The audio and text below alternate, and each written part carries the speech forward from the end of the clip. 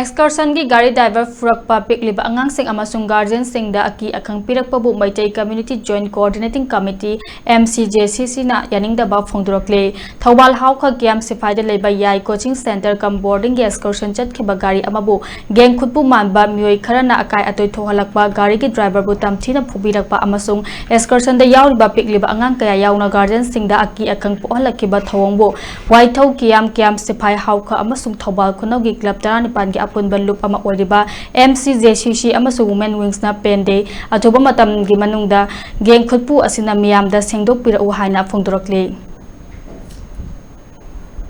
I think club amasung women wing na sugum mifama matung sida miyam da media gi mang da hajan badi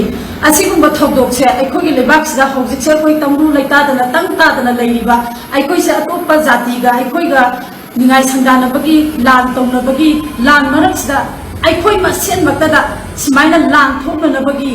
asigum ba thodok thokpa aide asigum ba thong chatharak pase aduki mati aikoi penjade aduna hairiba thodok da haidi senari ba lukki luching ba mari ba Bridget haiba nupasi kanano mari leinaba singda thidokpiyo amasu mabu semtokpagi tanjadu lobiyu mabu chumthokpagi tanjadu lobiyu akoi aduki mati haiba hapa kyam akoi gi akoi bada leibiriba prajasing amasu numitugi naidi excursion tugi program da yauriba guardian sing amasu oja sing angang macha sing gi thamoi da aduki mati soya aduki mati akoi pejadre